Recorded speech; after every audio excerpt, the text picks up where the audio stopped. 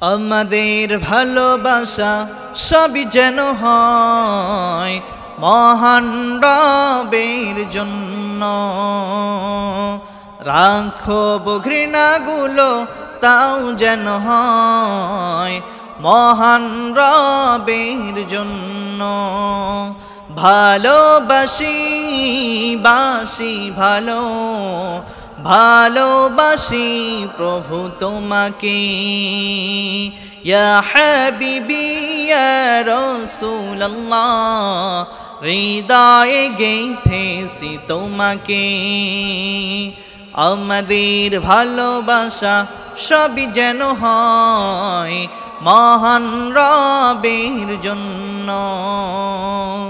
রাখব ঘৃণাগুলো তাও যেন হয় মহান রবের জন্য। ভালোবাসি বাসি ভালো ভালোবাসি প্রভু তোমাকে। ইয়া হাবিবি ইয়া রাসূলুল্লাহ হৃদয়ে গেঁথেছি তোমাকে। من أحب لله وأبغض لله وأعطى لله ومنع لله فقد استكمل الإيمان. من أحب لله وأبغض لله وأعطى لله ومنع لله فقد استكمل الإيمان. When you love someone, we want to love him for you. When you hate someone, we will hate him to be close to you. We love you or we love you, we will love you forever. Ya Habibi Ya Rasulallah, we will keep you in your heart. Ya Habibi Ya Rasulallah হৃদয়ে গেঁথেছি তোমাকে। আমাদের ভালোবাসা সবই যেন হয় মহান রবের জন্য।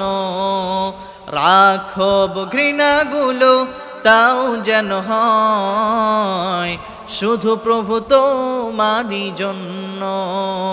ইয়া হাবিবি ইয়া রাসূলুল্লাহ হৃদয়ে গেঁথেছি তোমাকে।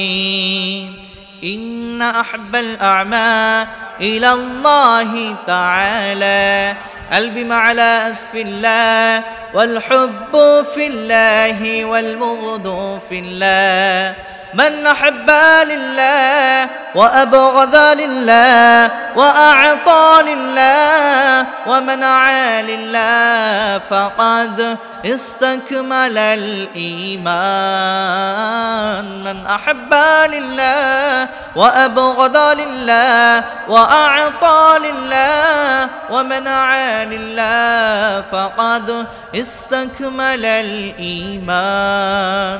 আমাদের ভালোবাসা সবই যেন হয় মহান রবের জন্য। রাখব ঘৃণাগুলো তাও যেন হয় মহান রবের জন্য। ভালোবাসি বাসি ভালো ভালোবাসি প্রভু তোমাকে। ইয়া হাবিবি ইয়া রাসূলুল্লাহ হৃদয়ে গেঁথেছি তোমাকে। আল্লাহ তাআলা আমাদেরকে এই পৃথিবীতে পাঠিয়েই তেনার দায়িত্ব তিনি সম্পন্ন করে দেন নাই। আল্লাহ তাআলা বিশ্ব মানবতার হেদায়েতের জন্য যুগে যুগে অসংখ্য নবী এবং রাসূল প্রেরণ করেছিলেন। এই নবী এবং রাসূলের ধারাবাহিকতা শুরু হয় হযরতে আদম আলাইহিস সালাতু ওয়াস সালাম থেকে এবং এই নবী এবং রাসূলের ধারাবাহিকতা শেষ হয় আপনার আমার নবী জনাবে মুহাম্মদুর রাসূলুল্লাহ সাল্লাল্লাহু আলাইহি ওয়াসাল্লামের পর্যন্ত। এরপরে আর কোনো নবী এবং রাসূল দুনিয়ার জমিনের ভিতরে আসবেন না। কোরআনুল কারিমে যে সমস্ত নবী এবং রাসূলের কথা বর্ণনা করা হয়েছে সেই সমস্ত নবী এবং রাসূলের ভিতরে হুদ আলাইহিস সালাতু ওয়াস সালাম ছিল অন্যতম। আজকে আমরা হযরতে হুদ আলাইহিস সালাতু ওয়াস সালামের জীবনী নিয়ে আলোচনা করব ইনশাআল্লাহ। আল্লাহ তাআলা এই পৃথিবীতে 6টা জাতিকে গজব দিয়ে ধ্বংস করে দিয়েছিলেন। তার ভিতরে 1 নম্বর হলো হযরতে নূহ আলাইহিস সালাতু ওয়াস সালামের জাতিকে আল্লাহ তাআলা প্লাবন দিয়ে ধ্বংস করে দিয়েছিলেন। 2 নম্বরে আল্লাহ তাআলা এই কওমে আদ জাতিকে, যেটা হুদ আলাইহিস সালাতু ওয়াস সালামের জাতি ছিল, কওম ছিল, এই কওমকে আল্লাহ তাআলা সমূলে গজব দিয়ে ধ্বংস করে দিয়েছিলেন। এরপরে 3 নম্বরে আল্লাহ তাআলা সালেহ আলাইহিস সালাতু ওয়াস সালামের কওম সামুদ জাতিকে আল্লাহ তাআলা সমূলে ধ্বংস করে দিয়েছিলেন গজব দিয়ে। 4 নম্বরে আল্লাহ তাআলা হযরতে লূত আলাইহিস সালাতু ওয়াস সালামের জাতিকে গজব দিয়ে ধ্বংস করে দিয়েছিলেন। 5 নম্বরে শুআইব আলাইহিস সালাতু ওয়াস সালামের মাদিয়ানবাসীকে আল্লাহ তাআলা গজব দিয়ে ধ্বংস করে দিয়েছিলেন।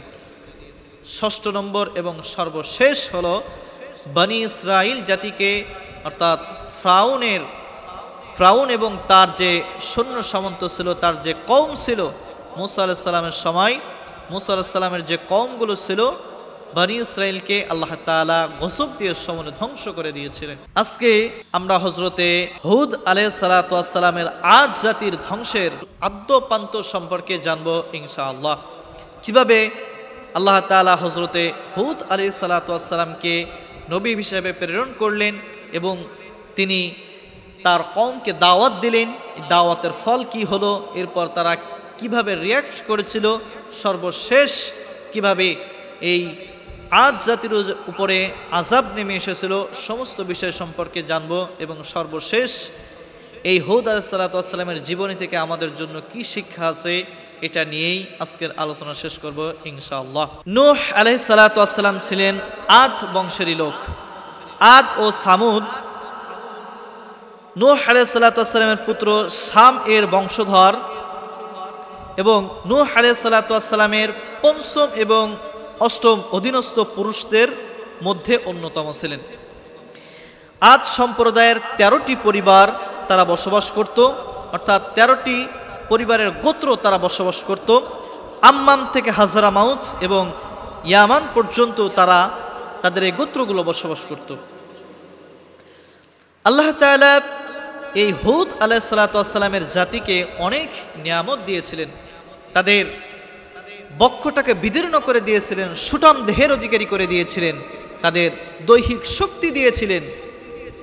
এমত অবস্থায় আল্লাহ তাআলার এই বান্দাগুলো আল্লাহ তাআলার সাথে নাফরমানি করেছিল।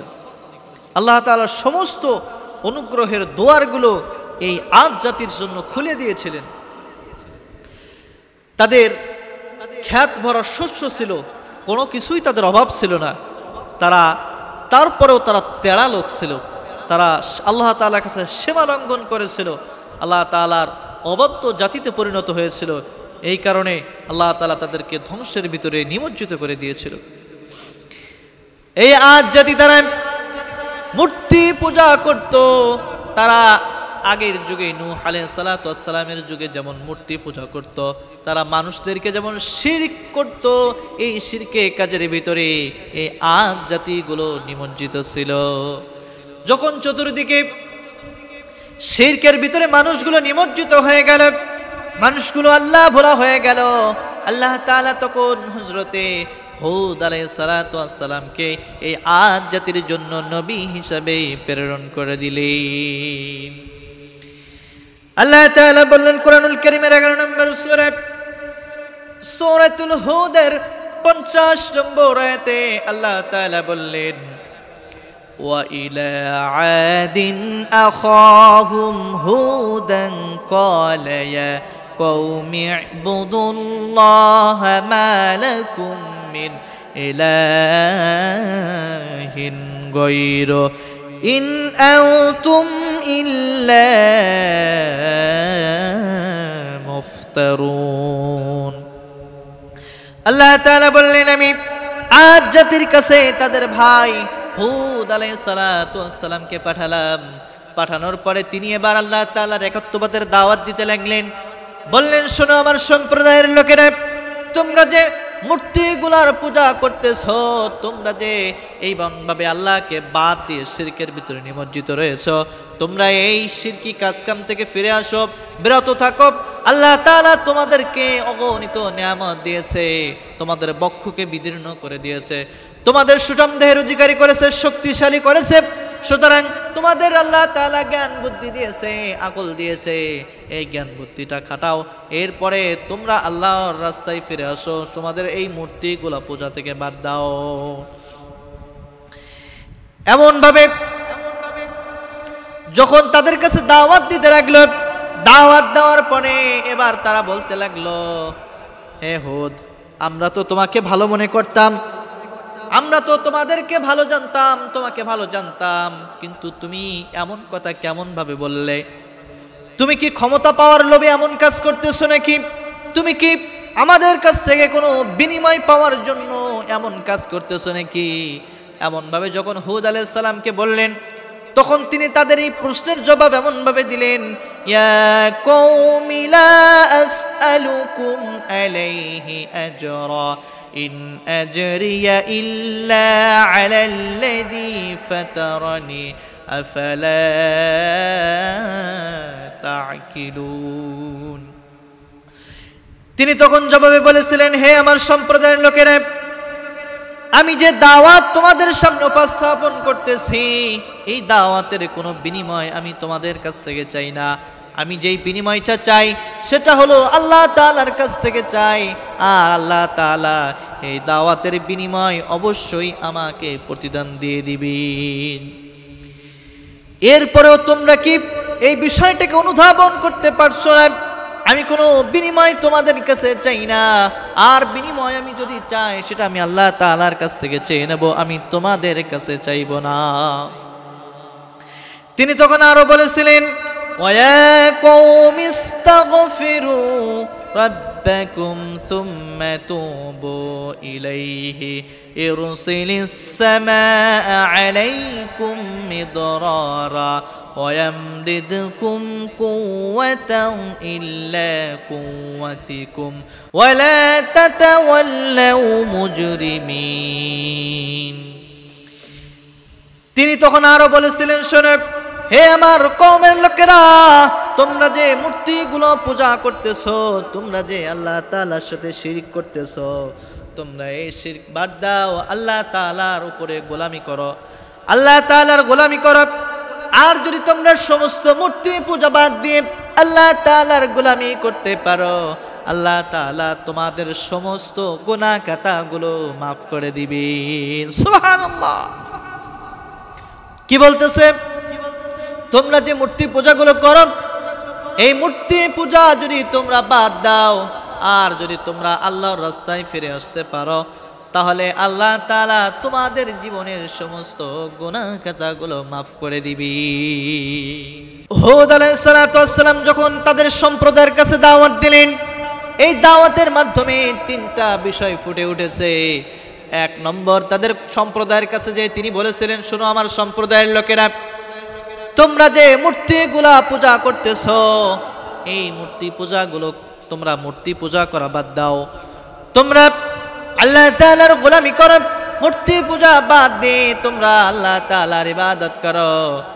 দুই নম্বর যেই দিকটা ফুটে উঠেছিল সেটা হলো, তিনি বলেছিলেন যে তোমাদের কাছে যে আমি দাওয়াত দিচ্ছি, এই দাওয়াতের কোনো বিনিময় আমি তোমাদের কাছে চাই না, আমি দাওয়াতের বিনিময় আল্লাহ তাআলার কাছে চেয়ে নেব।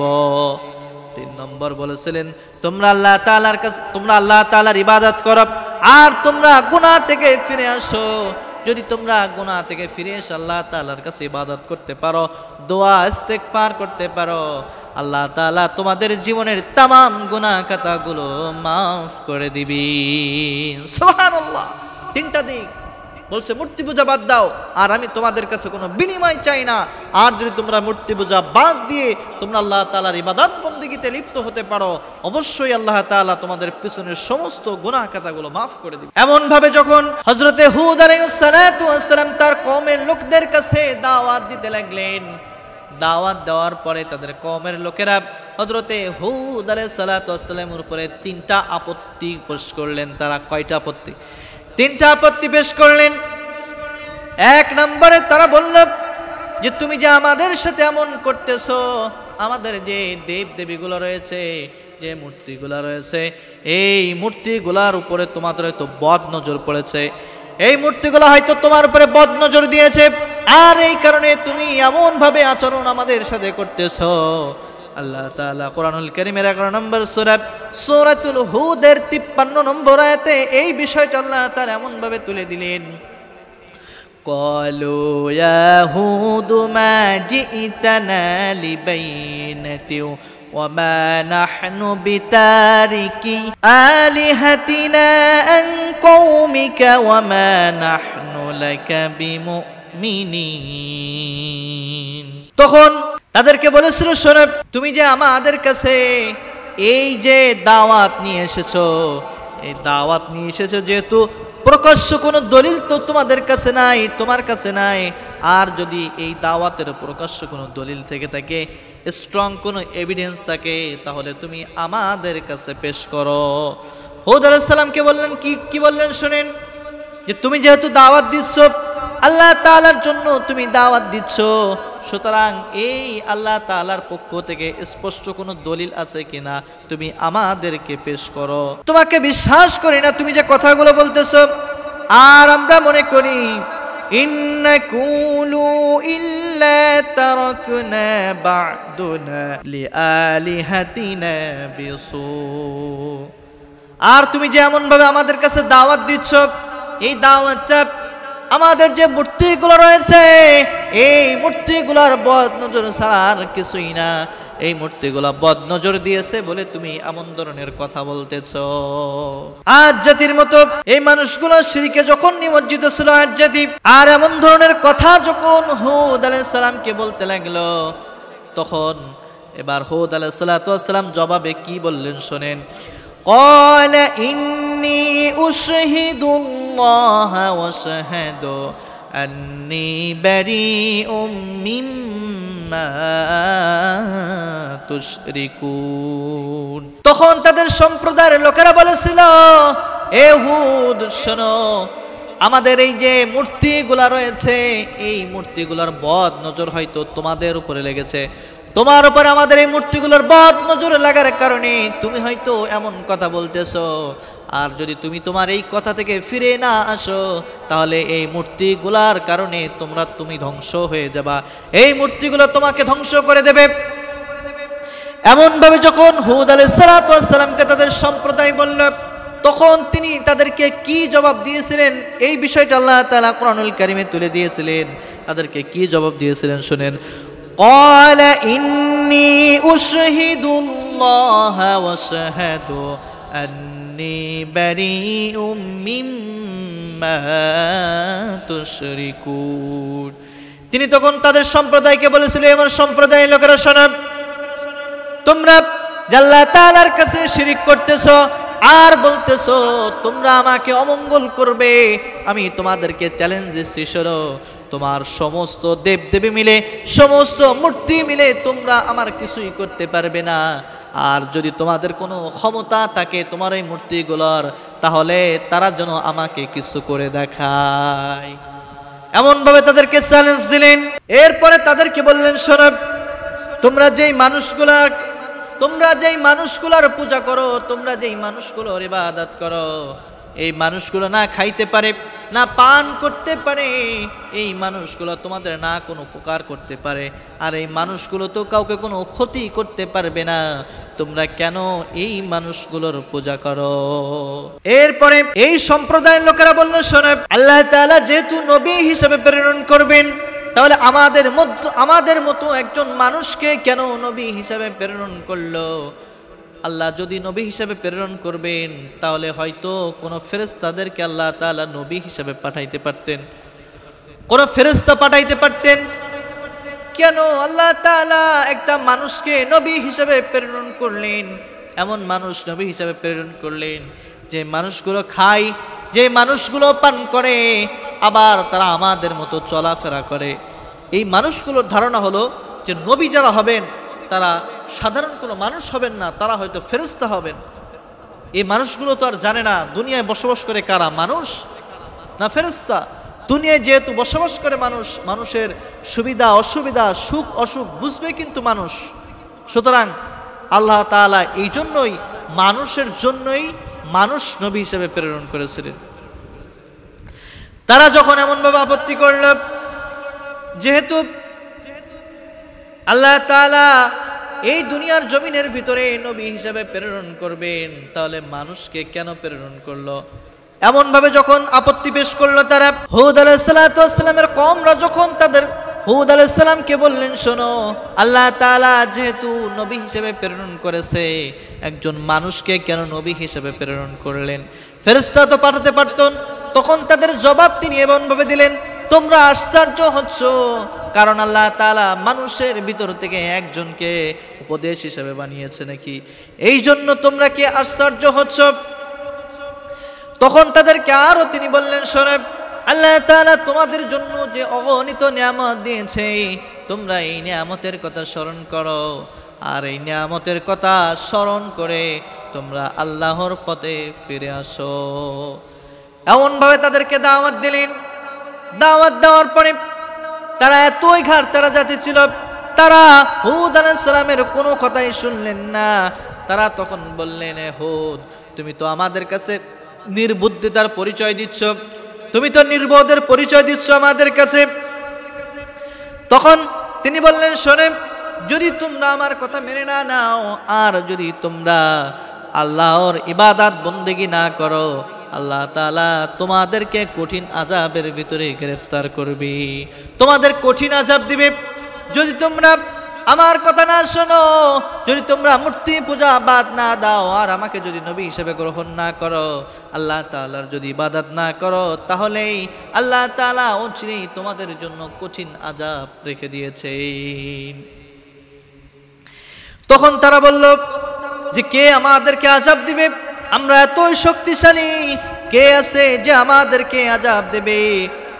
তখন তারা বলল, শোনো, যদি এমন কেউ থাকে যে আমাদেরকে আযাব দিবে, তাহলে যাও তুমি সেই আযাব আমাদের জন্য নিয়ে আসো। তখন বললেন, যদি পারো, হুদ, তুমি তো বলতেছো আযাব দিবে, যাও সে আযাবটা আমাদের কাছে নিয়ে আসো। এমন ভাবে তাদের সম্প্রদায় যখন বললেন, বলার পরে হুদ আলাইহিস সালাম তখন আল্লাহ তাআলার কাছে সাহায্য চাইলেন। তিনি বললেন, ক্বালা রাব্বিনসুরনি বিমা কাযযাবুন। আল্লাহ তাআলার কাছে বললেন, আল্লাহ, আমি আমার এই জাতিকে অনেক বুঝিয়েছি, কিন্তু আমার এই জাতি তো আমার কোনো কথাই শুনে না।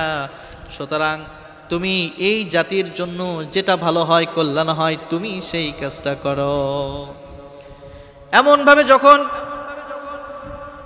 আল্লাহ তাআলার কাছে দোয়া করলেন, আল্লাহ তাআলা তখন এই জাতির উপরে গজবে নিমজ্জিত করলেন। গজবটা কিভাবে দিলেন শুনেন। আল্লাহ তাআলা একটা বিকট একটা আওয়াজ দিয়ে সমস্ত জাতিকে ধ্বংস করে দিলেন। খেজুর গাছ যেমন ওকড়াইলে যেমন হয়, টান দিয়ে তোলার পরে যদি তাদেরকে উপর করে দেওয়া হয়, যেমন দেখা যায়, তাদের এই গোটা সম্প্রদায়কে ঠিক তেমন ভাবে করে দিয়েছিলেন। শুরুটা কিভাবে হয়েছিল শুনেন। আল্লাহ তাআলা আসমান থেকে যে বৃষ্টি নাজিল করে, সেই বৃষ্টিটা এই অবাধ্য জাতির জন্য বন্ধ করে দিলেন। আল্লাহ তাআলা এবার এই আদ জাতির জন্য আল্লাহ তাআলা বৃষ্টিটাকে বন্ধ করে দিলেন। কয়েক বছর আর বৃষ্টি হয় না। যখন বৃষ্টি হয় না, তারা ফল ফলাদি ফলাতে পারে না। তাদের যে আল্লাহ তাআলা নিয়ামত দিয়েছিলেন, ফল ফলাদি, ক্ষেত ভরা শস্য ছিল, সমস্ত কিছু মরে সার, কোনো কিছুই লাগাতে পারে না। এবার তাদের ভিতরে দুর্ভিক্ষ দেখা দিল, খাবার সংকট দেখা দিল। এবার আল্লাহ তাআলা একদিন তারা হঠাৎ করে দেখলেন যে আকাশের ভিতরে মেঘাচ্ছন্ন, বৃষ্টির আগ মুহূর্তে যেমন আকাশ মেঘলায় ঢেকে যায়, এমত অবস্থায় তারা দেখতে পেয়ে খুব খুশি হয়ে গেল, হয়তো এবার বৃষ্টি নাজিল হবে। এই দৃশ্যটা তারা দেখার পরে তারা এবার বলতে লাগলো, হায় কত সুন্দর একটা দৃশ্য, যে এবার বৃষ্টি হবে। তারা খুব আনন্দে উৎফুল্লিত হয়ে গেল। দেখা গেল যে আল্লাহ তাআলা এবার মুষলধারে বৃষ্টি দেওয়া শুরু করে দিলেন। বৃষ্টি এত পরিমাণে দিলেন, বৃষ্টি দিতে দিতে 7 দিন এবং 8 রাত টানা আল্লাহ তাআলা বৃষ্টি দিলেন। কতদিন? 7 দিন 8 রাত আল্লাহ তাআলা বৃষ্টি দিলেন। আল্লাহ তাআলা কোরআনুল কারীমের সূরাতুল কমারের 18 নম্বর আয়াতে আল্লাহ তাআলা বললেন, কাযাবাত আদুন ফাকাইফা কানা আযাবি ওয়া নুযুর ইন্না আরসালনা আলাইহিম রিহান সারসারান ফি ইয়াউমিন নাহসিন মুস্তামির। আল্লাহ তাআলা বললেন, এই অবাধ্য জাতির জন্য আমি 7 রাত 7 দিন এবং 8 রাত টানা বৃষ্টি দিলাম এবং ঝড়ও দিলাম। সাথে সাথে ঝড় এবং বৃষ্টি একত্রিত দিয়ে সমস্ত জাতিকে আমি আল্লাহ তাআলা আছাড় দিয়ে দিয়ে মাটির ভিতরে ফেলালাম, ফেলিয়ে তাদেরকে আমি ছিন্ন বিচ্ছিন্ন করে ধ্বংস করে দিলাম। কত আযাব দিয়েছে! 7 দিন এবং 8 রাত এই অবাধ্য জাতির উপরে আল্লাহ তাআলা গজব দিয়েছেন, তাদেরকে উপরে উঁচা করে করে জমিনের ভিতরে ফেলেছেন। আর এর কারণে তাদের হাত পা সমস্ত শরীরগুলো ছিন্ন বিচ্ছিন্ন হয়ে গিয়েছে। তাদের ওই অঞ্চলটা দেখলে মনে হতো যে কোনো খেজুর গাছ উকড়াই ফেললে যেমন দেখা যায়, একদম ঠিক ওই অঞ্চলকে তাদের এমন করে দিলেন। এই যে আদ জাতির উপরে আল্লাহ তাআলা ধ্বংস দিয়েছিলেন, তাদেরকে যে ধ্বংস করে দিয়েছিলেন, এই বিষয়টার প্রমাণ পাওয়া যায় আম্মা জান আয়েশা রাদিয়াল্লাহু তাআলা আনহা থেকে, বুখারী এবং মুসলিম শরীফের হাদিস। আয়েশা রাদিয়াল্লাহু তাআলা আনহা তিনি বলেন, নবী করিম সাল্লাল্লাহু আলাইহি ওয়াসাল্লাম যখন প্রচন্ড বৃষ্টি হতো বা ঝড় হতো, তিনি খুব ভয় পেতেন এবং ঘরের ভিতরে বসে থাকতেন।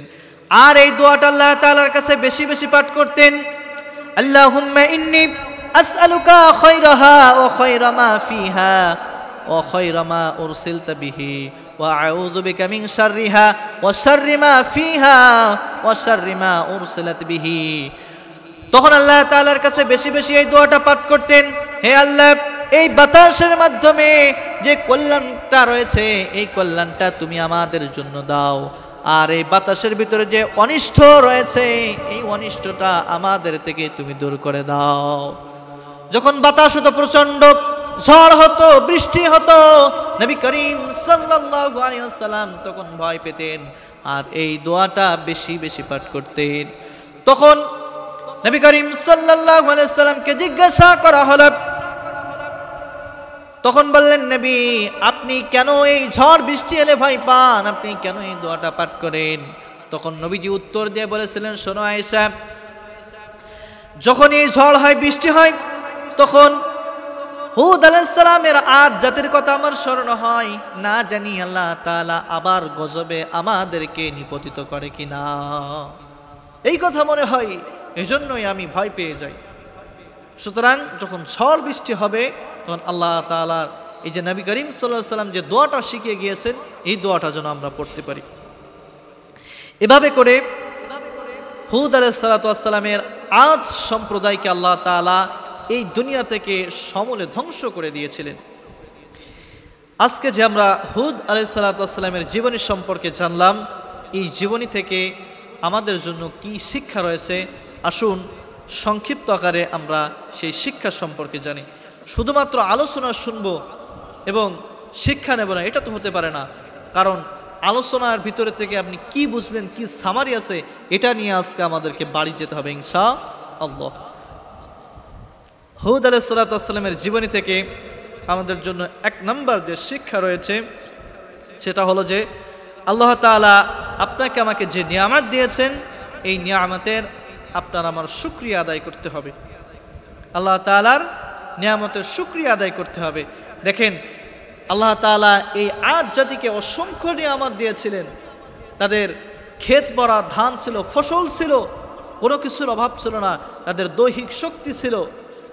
তারপরেও এই আদ জাতি আল্লাহ তাআলার কাছে নাফরমানি করলো, আল্লাহ তাআলার সাথে কুফরি করলো। আল্লাহ তাআলার অবাধ্য হওয়ার কারণে এই আদ জাতি ধ্বংস হয়ে গেল। এজন্য সব সময় আমাদের শুকরিয়া আদায় করার দরকার আছে না নাই? এজন্য আপনার আমার যেটাই আছে সেটা নিয়েই আল্লাহ তাআলার শুকরিয়া আদায় করতে হবে।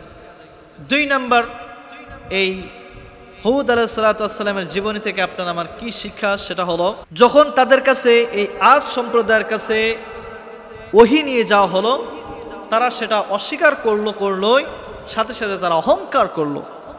তারা তো স্বীকার করলো না, আবার তারা অহংকার করলো। আর অহংকার করার কারণে, সীমা লঙ্ঘন করার কারণে আল্লাহ তাআলা এই আদ জাতিকে গজবে নিপতিত করে ধ্বংস করে দিয়েছিলেন। সুতরাং আপনার আমার এখান থেকে 2 নম্বর শিক্ষা হলো যে অহংকার করা যাবে না। অহংকার এটা হলো পতনের মূল। 3 নাম্বার, এই হুদ আলাইহিস সালাতু ওয়াস সালামের জীবনী থেকে আপনার আমার জন্য যে শিক্ষা হলো, সমাজের ভিতরে দেখবেন যেই সমস্ত নেতারা বিলাসী এবং উদাসীন, এই সমস্ত কিছু কিছু নেতার কারণে এই সমস্ত সম্প্রদায়গুলো ধ্বংসের ভিতরে নিমজ্জিত হয়। এই দেখেন যে আদ জাতির বেশ কিছু সম্প্রদায়, তারা এখান থেকে যারা নেতা ছিল, যারা সমাজের ভিতরে দায়িত্বশীল ছিল, তারাই কিন্তু সর্বপ্রথম এই হুদ আলাইহিস সালাতু ওয়াস সালামের বিরোধিতা করেছিলেন। আর এজন্যই এই বিরোধিতা করার কারণে তারা ঈমান আনতে পারে নাই। আর এই কয়জন নেতার কারণে কিন্তু বাকি সবাই ধ্বংসের ভিতরে নিমজ্জিত হয়েছিল। সুতরাং এইখান থেকে আপনার আমার 3 নম্বর শিক্ষা হলো, নেতার পিছনে যে আপনি ছুটতেছেন, আপনি যে আরেকজনের কথা শুনে কাজ করতেছেন, যখন ধ্বংসটা আসবে আপনার ওই নেতার কারণে আপনার জীবনেও ধ্বংস নেমে আসবে। এই হুদ আলাইহিস সালাতু ওয়াস সালামের জীবনী থেকে আপনার আমার জন্য 4 নম্বর যে শিক্ষা রয়েছে, সেটা হলো যে আল্লাহ তাআলার বিধান লঙ্ঘন করলে দুনিয়ায় যেমন শাস্তিতে পড়তে হয়, আবার আল্লাহ তাআলা দুনিয়ার সাথে সাথে আখিরাতেও আল্লাহ তাআলা আপনাকে শাস্তি দিবেন। দুনিয়ায় তো শাস্তি দিবেনই দিবেন, আল্লাহ তাআলা আবার আখিরাতেও শাস্তি দিবেন। হুদ আলাইহিস সালাতু ওয়াস সালামের জীবনী থেকে 5 নম্বর এবং সর্বশেষ যে শিক্ষা রয়েছে আপনার আমার, সেটা হলো যে এই যে মানুষগুলো দেবদেবীর পূজা করে, মূর্তিগুলোর পূজা করে, এই মূর্তি তাদের কখনো কল্যাণ বয়ে আনতে পারে না। এই মূর্তি তাদের কোনো কল্যাণ বয়ে আনতে পারে না। যেই মূর্তি তারা নিজের হাত দিয়ে বানাচ্ছে, এই মূর্তি তাদেরকে কি কল্যাণ দিবে? সুতরাং এই মূর্তি পূজা অর্চনা এগুলো আমাদের যারা করি আমরা, আমাদেরকে পরিহার করতে হবে। আজকে হুদ আলাইহিস সালাতু ওয়াস সালামের জীবনী থেকে যে শিক্ষাগুলো আমরা পেলাম, যে জীবনে আমরা শুনলাম, আল্লাহ পাক রব্বুল আলামিন আমাকে সহ আপনাদের সকলকে এই শিক্ষাগুলোর উপরে, তার জীবনীর উপরে আমল করার তৌফিক দান করুক। সকলে পড়েন আমিন। আখির দাওয়ানা আনিল হামদুলিল্লাহি রাব্বিল আলামিন। আসসালামু আলাইকুম ওয়া রাহমাতুল্লাহ।